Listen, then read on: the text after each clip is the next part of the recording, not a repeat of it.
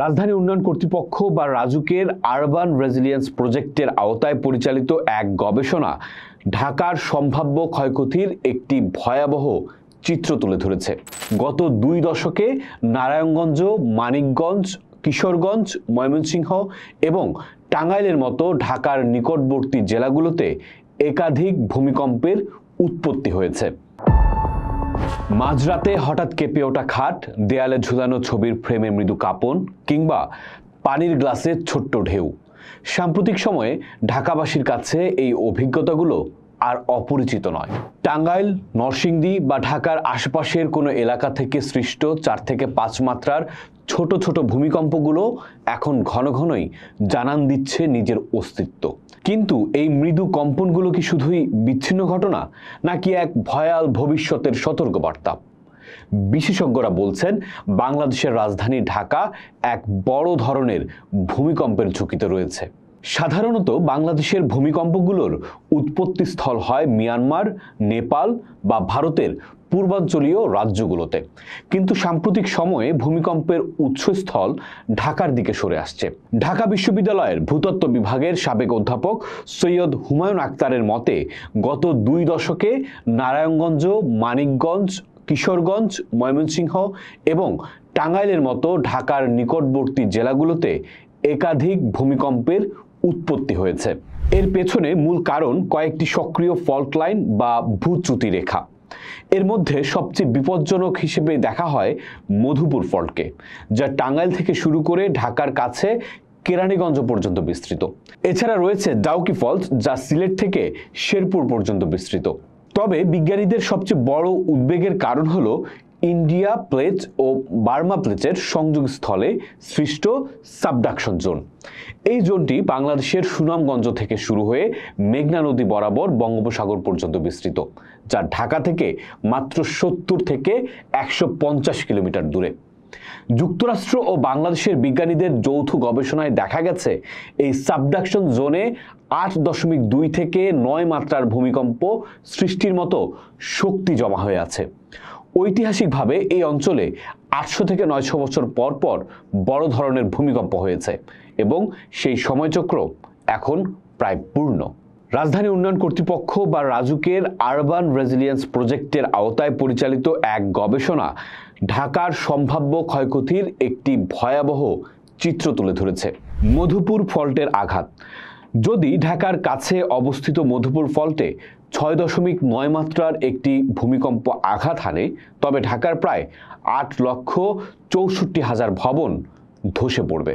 দিনের বেলায় এমন ভূমিকম্পে কমপক্ষে 2,10,000 মানুষ এবং রাতে হলে 3,20,000 মানুষের মৃত্যুর আশঙ্কা রয়েছে। সিলেট ফল্টের প্রভাব। অন্যদিকে সিলেট অঞ্চলে অবস্থিত ডাউকি ফল্টে যদি 7.1 মাত্রার ভূমিকম্প হয়, তবে তার প্রভাবেও ঢাকার প্রায় 40,000 ভবন ধসে পড়তে পারে এবং প্রায় 25,000 মানুষের প্রাণহানি ঘটতে পারে। এই পরিসংখ্যানগুলো কেবল ভবন ধসের হিসাব।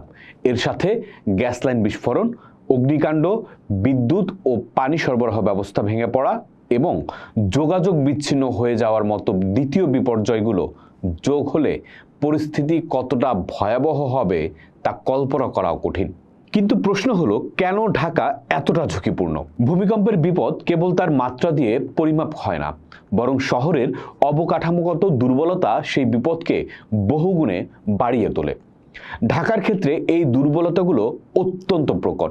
পুরান ঢাকার সরু গলি থেকে শুরু করে নতুন অনেক আবাসিক এলাকাতেও বিল্ডিং কোড না মেনে গায়ে গায়ে ঘেঁষে তৈরি করা হয়েছে অসংখ্য ভবন।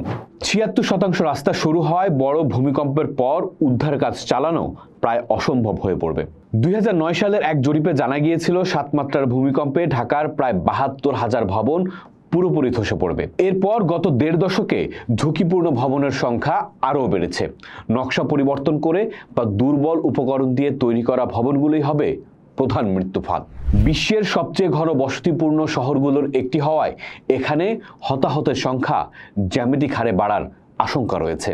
ভূমিকম্প মোকাবেলায় বিভিন্ন সময়ে নানা পরিকল্পনা ও প্রকল্প গ্রহণ করা হলেও তার বেশিরভাগই বাস্তবায়িত হয়নি। ঝুঁকিপূর্ণ ভবন চিহ্নিত করা, সেগুলো সংস্কার বা ভেঙে ফেলা এবং জরুরি আশ্রয়কেন্দ্র তৈরির মতো গুরুত্বপূর্ণ কাজগুলো এখনও কাগজে কলমে সীমাবদ্ধ। রাজুকের মতো সংস্থার কাছেও ভবন পরীক্ষার সক্ষমতা সীমিত। অবশ্য সব বিশেষজ্ঞই আসন্ন মহাবিপর্যয়ের সাথে একমত নন। বাংলাদেশ জিওলজিক্যাল সোসাইটির এক জরিপে অংশগ্রহণকারী ৪৪ জন ভূতত্ত্ববিদের ৯৩% মনে করেন আগামী ৫০ থেকে ৬০ বছরের মধ্যে বাংলাদেশে ৭.৫ বা তার চেয়ে বড় মাত্রার ভূমিকম্পের সম্ভাবনা খুবই কম। তাদের যুক্তি, বাংলাদেশের ভূগঠন মূলত নরম পলিমাটি দিয়ে তৈরি এক সেডিমেন্টারি বেসিন, যা ভূমিকম্পের শক্তি অনেকটা শোষণ করে নেয়। এছাড়া প্রধান ফল্ট লাইনগুলো দেশের মূল ভূখণ্ডের বাইরে হওয়ায় এর প্রভাব তুলনামূলক কম হবে। কিন্তু এই ভিন্ন মতের শেষেও একটি বিষয়ে সব বিশেষজ্ঞ একমত: ভূমিকম্পের মাত্রা যাই হোক না কেন, ঢাকার দুর্বল অবকাঠামো এবং অপরিকল্পিত নগরায়নের কারণে মাঝারি মাত্রার একটি কম্পনও ভয়াবহ মানবিক বিপর্যয় ডেকে আনার জন্য যথেষ্ট। ঢাকার পায়ের তলার মাটি যে বিপদে আছে তা নিয়ে কোনো সন্দেহ নেই।